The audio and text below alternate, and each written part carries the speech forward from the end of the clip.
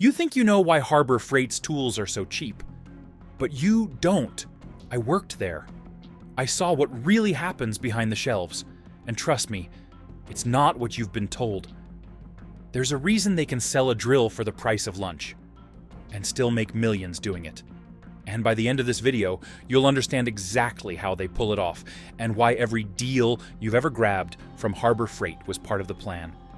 Trust me, you will never come back after this video. The employee entrance. It started on my very first day working there, the day I realized Harbor Freight wasn't what I thought it was. I walked in expecting a dream job.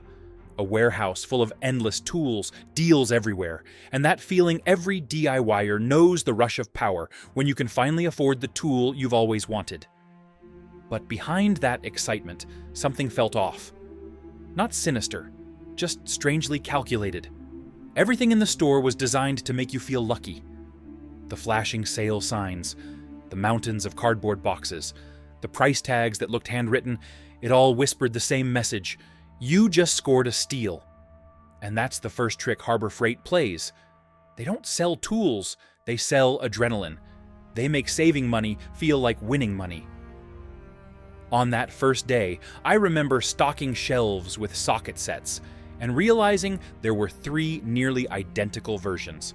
Same design, same metal, same size, but 3 different prices and 3 different brand names. That was my first clue.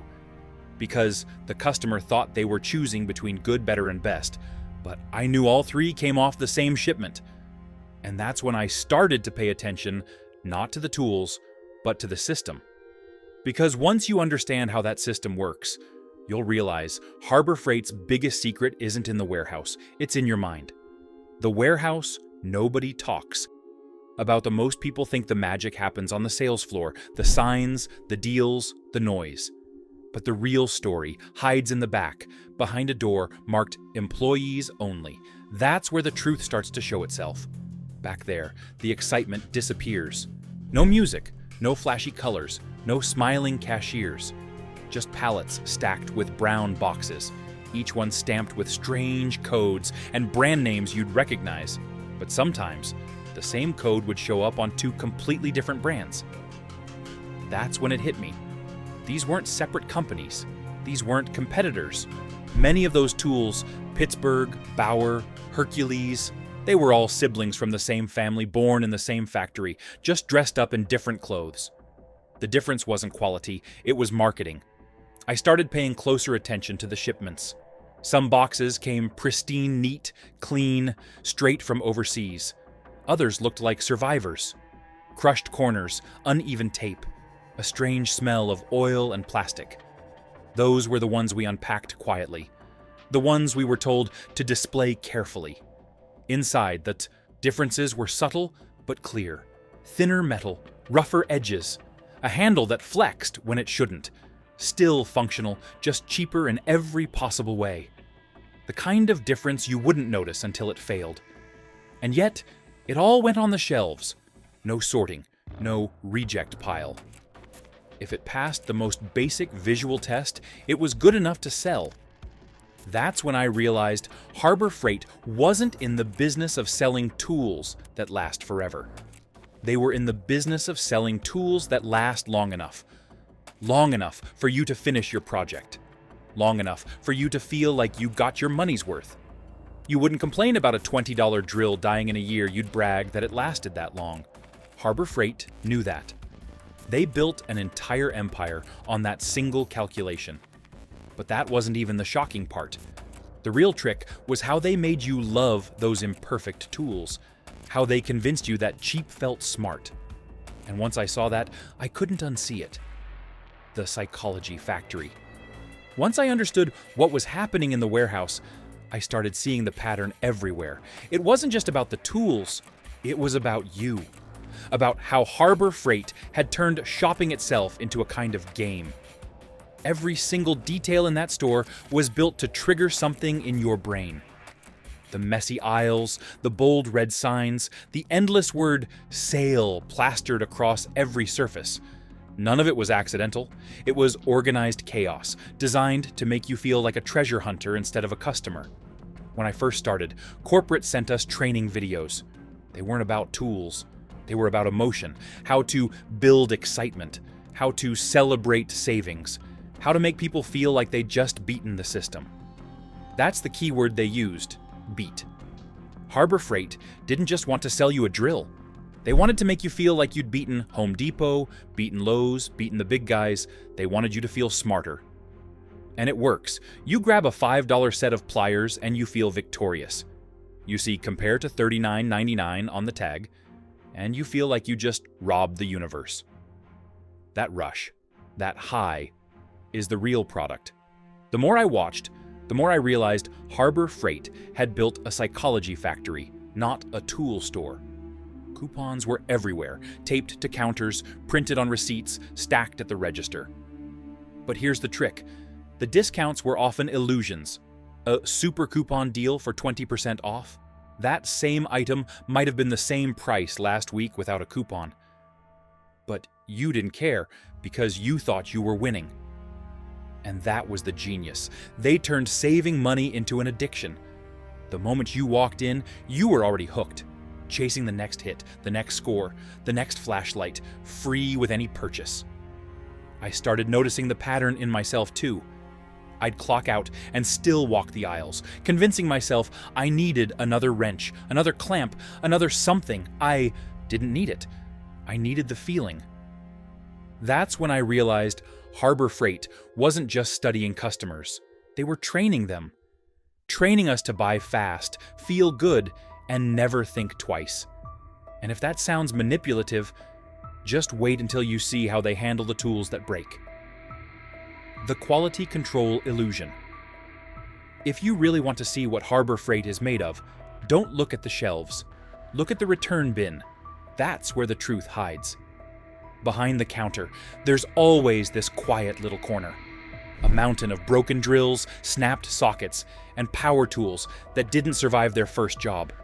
Some looked like they'd been through a war. Others looked brand new, dead on arrival. And the policy? Simple. Don't ask questions. Just exchange it, smile, and offer them the warranty. At first, I thought that was good customer service. But then I realized what was really happening. Harbor Freight expects failure. It's built into the system. The company knows a certain percentage of tools will break, but instead of paying for strict quality control, they just let the customers find the defects for them. Think about that. Most companies pay inspectors to catch the bad ones before they ship. Harbor Freight skips that part. It's cheaper to let a few bad tools hit the floor than to test everyone. If it breaks, you either buy another one or pay for a warranty, both of which make them more money. It's brilliant in the coldest way possible. We were trained to push those warranties hard. You never know when you'll need it, they'd say. It's peace of mind for just a few dollars more. But really, it was insurance for the company, not the customer. The warranty turned every broken tool into a repeat sale. That's the dirty little secret nobody talks about. Harbor Freight doesn't lose money when tools fail. They profit from it. Because for every tool that breaks, there's another customer who shrugs and says, "Well, it was cheap," before buying the same one again. It's not about quality, it's about psychology. They don't need every tool to last. They just need you to believe it was worth it. The illusion of value is more powerful than value itself. And once I understood that, I started seeing the pattern everywhere, from the checkout line to the warehouse. It wasn't just the tools they were selling, it was the experience of forgiveness. And the next trick they used? That warranty, the one you thought was protecting you, was the company's most profitable product of all. The warranties are the real product. I used to think the extended warranty was a courtesy, a way for Harbor Freight to show they cared. That's what we were told to say. But the truth? The warranty wasn't protection. It was a business model. Every shift, management drilled the same line into our heads. Always offer the replacement plan. It didn't matter if the customer was buying a pair of pliers or a pressure washer. You pushed it hard. because that little add-on wasn't a favor to the customer. It was pure profit. Here's how it worked. Let's say a drill costs $20.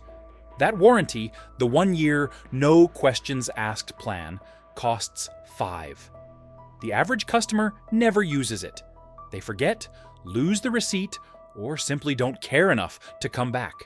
Multiply that $5 bonus by thousands of transactions, and you've got a river of money that never touches the tool aisle. And even when someone did bring a broken tool back, it still worked in Harbor Freight's favor. The return cost them pennies. The customer left happy, loyal, and ready to buy again. The company didn't fix a problem. It bought another chance to sell to the same person. That's when I realized something unsettling. Harbor Freight doesn't compete on quality. It competes on forgiveness. They make you believe it's okay if the tool breaks, because you planned for it. You bought the warranty. You made it safe to fail. From the company's point of view, the warranty is the perfect product. No manufacturing, no shipping, no material cost. Just psychology wrapped in paperwork. They turned a customer's fear into a revenue stream. And it's genius, really. The cheaper the tool, the more likely it is to fail. And the more likely you are to buy the warranty. It's a cycle that feeds itself, disguised as customer care. I remember one night, a co-worker laughed as we counted the day's sales. He said, "We don't sell tools here, man. We sell second chances." I laughed then, but later it hit me. He was right. The warranty was the real product. The tools were just the excuse. But Harbor Freight's biggest weapon wasn't the warranty. It was something deeper, something hidden in plain sight. They had found a way to make you defend them, even when they failed you. How they hook you. Once you understand the warranty game, you start to see how deep the hook goes. Harbor Freight isn't just selling tools. They're selling behavior. Every sign, every coupon, every limited time deal is a trigger. And most people don't even realize they're being played. Walk through the door and you're already part of the script. The lighting is dimmer than other stores, the aisles tighter. You can't see everything at once. You have to explore. It's not a mistake. It's design. That hunt you feel, that little surge of excitement, when you find the one box left on the shelf, that's not an accident. It's dopamine. Even the price tags are psychological warfare. The crossed out numbers, the bright red discounts, the fake comparisons to other retailers. It all whispers the same message. You're smarter than the system. You're getting away with something. You're not. You're being guided by a company that studied exactly what makes you spend. And then there are the free gifts. The flashlights, the tarps, the tape measures. You know the ones. You feel like you won something, like you outsmarted them. But look closer. Those freebies pull you through the door again and again, and every time you leave with 10 more items you didn't plan to buy. You think you're collecting tools. They know you're collecting habits. I remember the regulars, guys who came in twice a week just to use the newest coupon. They didn't even need anything. It was just the ritual. They'd tell me, "I'll grab this in case I need it someday." Harbor Freight had turned spending money into self-care, and that's the real genius. The company doesn't have to chase customers. It trains them. It teaches people that cheap is clever, that quantity beats quality, that owning something feels better than owning nothing. The hook isn't the price, it's the pride. That's why when a tool breaks, most people don't get mad. They don't feel cheated. They shrug, laugh, and say, "Well, it was only $20." And then they buy another one. That's not loyalty. That's conditioning. Harbor Freight doesn't want you to believe their tools are perfect. They want you to believe you're smart enough to buy them anyway. And that's why the company doesn't fear broken tools. It counts on them. The tools you should fear. After a few months, I stopped being surprised by what came back through the return door. The broken drills, stripped sockets, cracked casings. They were normal. But sometimes, what landed on that counter was terrifying. A floor jack that collapsed under weight. A grinder that sparked and died mid-cut. A chainsaw with a plastic flywheel that melted on its first job. Those moments made me realize how thin the line really was between cheap and clever and cheap and dangerous. Customers would roll in, shake their heads, and say, "Guess you get what you pay for." Then they'd pick up another one. The store had turned even failure into a punchline. There were a few tools I learned to fear. Anything with speed, pressure, or heat power tools, compressors, welders, jacks. The kind of equipment that could hurt you if it quit at the wrong second. Those were built for price, not for trust. The materials were lighter, the parts barely held together. They worked just long enough for a demo video and a receipt. But here's the catch. Not everything in Harbor Freight was junk. Some of it surprised me. The simple stuff, the hammers, the wrenches, the clamps, those could last forever. They didn't need tight tolerances or moving parts, and if a batch came out rough, it didn't matter. Those were the tools that gave Harbor Freight its reputation. They were the bait that made the rest of the store feel safe, and that's how the illusion worked. The good tools were proof that the bad ones weren't really that bad. It was just bad luck, right? A defective unit, not a defective system. Every success story, every reliable wrench became a shield that hid the failures behind it. I once watched a mechanic argue with himself over a $30 angle grinder. He knew it might die in a week. He also knew the next best brand cost triple. In the end, he said the same line I'd heard 1,000 times. "If it lasts through this job, it's worth it." That's the exact sentence Harbor Freight was built on. They didn't need to make the best tools. They just needed to make tools good enough for you to forgive them. And that forgiveness kept the machine running. But when I finally saw how far that pattern went, beyond the warehouse, beyond the shelves, that's when I realized the real secret wasn't about the tools at all. The real secret. For the longest time, I thought Harbor Freight's secret was bad quality, or shady sourcing, or low standards. But it wasn't any of that. The real secret is far deeper and far smarter. Harbor Freight isn't in the tool business. It's in the hope business. They sell you the feeling that you can afford to build something, that you can fix, create, and provide without breaking your wallet. They sell you permission to dream, and they do it in a way that makes you thank them for charging less, no matter what it costs you later. That's why you'll see people defend Harbor Freight online like it's family. They'll say, "Hey, it's good for the price," or "You can't beat it for what it is." That's not loyalty, it's identity. Harbor Freight gives people dignity. It lets someone on a tight budget walk out with a cart full of tools and feel like a professional. And that's the dirty brilliance. They don't have to trick you into buying junk. They just have to make you feel proud of doing it.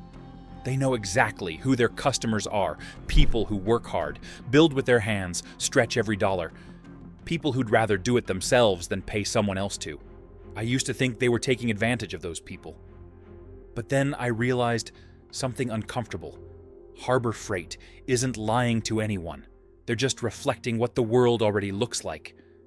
They've built an empire by understanding one simple truth. People don't always want the best. They want what's good enough to keep trying. That's why the shelves are never empty. That's why the coupons never stop. Harbor Freight sells optimism by the pound, and it keeps people coming back, not because they trust the tools, but because they trust themselves. When you see it that way, it's almost poetic. Every cracked handle, every burned out drill, every bent wrench, it's all part of a bigger story. The story of people who keep working anyway. The story of make it work, no matter what it takes. And that's when I stopped being angry at Harbor Freight. Because once you realize what they're really selling, you see that the secret isn't dark. It's human. It's us.